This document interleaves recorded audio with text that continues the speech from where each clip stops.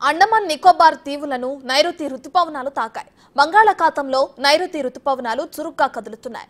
అండమాన్ నికోబార్ దీవుల్లోని మరికొన్ని ప్రాంతాల్లోకి నైరుతి రుతుపవనాలు విస్తరించనున్నాయి. ఈ నెల చివరి నాటికి నైరుతి రుతుపవనాలు కేరళను తాకే అవకాశం ఉంది.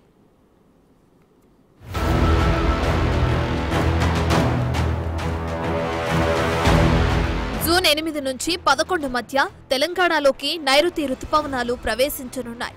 రాష్ట్రంలో ఇవాల్టి నుంచి 4 రోజుల పాటు వర్షాలు కురిసే అవకాశం ఉంది. తేలికపాటి నుంచి మోస్తారు వర్షాలు పడే ఛాన్స్ కనిపిస్తుంది. ఉరుములు, మెరుపులు, ఈదురు కాలులతో కూడిన వర్షాలు కురిసే అవకాశం ఉంది. ఈ నెల 22న పశ్చిమ మధ్య బంగాళాఖాతంలో అల్పపీడనం ఏర్పడే ఛాన్స్ ఉందని వాతావరణ శాఖ తెలిపింది. ఈ నెల 24న మధ్య బంగాళాఖాతం ప్రాంతంలో అల్పపీడనం వాయుగుండంగా బలపడే అవకాశం ఉంది.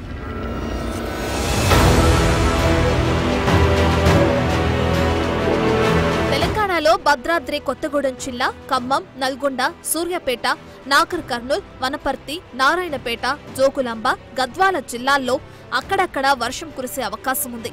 హైదరాబాద్ నగరంలోని పలు ప్రాంతాల్లో తేలికపాటి నుంచి మోస్తారు వర్షాలు కురిసే అవకాశం ఉంది. రాగల 5 రోజుల పాటు రాష్ట్రంలో వర్షాలు కురుస్తాయని వాతావరణ శాఖ తెలిపింది.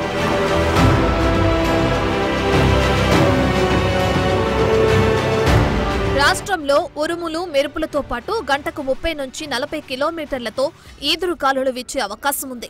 మంగళవారం తెలంగాణలోని కరీంనగర్, పెద్దపల్లి, జయశంకర్, భూపాలపల్లి, ములుగు, భద్రాద్రి కొత్తగూడెం, ఖమ్మం, సూర్యాపేట, మహబూబాబాద్, వరంగల్, హన్మకొండ, జనగాం, సంగారెడ్డి, మెదక్ జిల్లాల్లో అక్కడక్కడ వర్షం కురిసే అవకాశం ఉందని వాతావరణ శాఖ తెలిపింది. బుధవారం జయశంకర్, భూపాలపల్లి, ములుగు, భద్రాద్రి కొత్తగూడెం, యాదాద్రి, భువనగిరి, రంగారెడ్డి, హైదరాబాద్, మేడ్చల్, మల్కాజ్గిరి, వికారాబాద్, సంగారెడ్డి, మెదక్, మహబూబ్ నగర్, నాగర్ కర్నూల్, వనపర్తి, నారాయణపేట, జోగులాంబ, గద్వాల్ జిల్లాల్లో తేలికపాటి నుంచి భారీ వర్షాలు కురిసే అవకాశం ఉంది.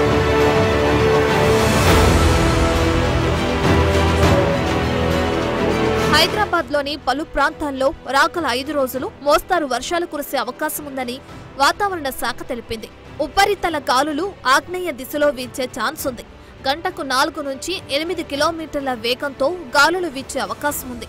నగరవాసులు అప్రమత్తంగా ఉండాలని జీహెచ్ఎంసీ అధికారులు సూచించారు.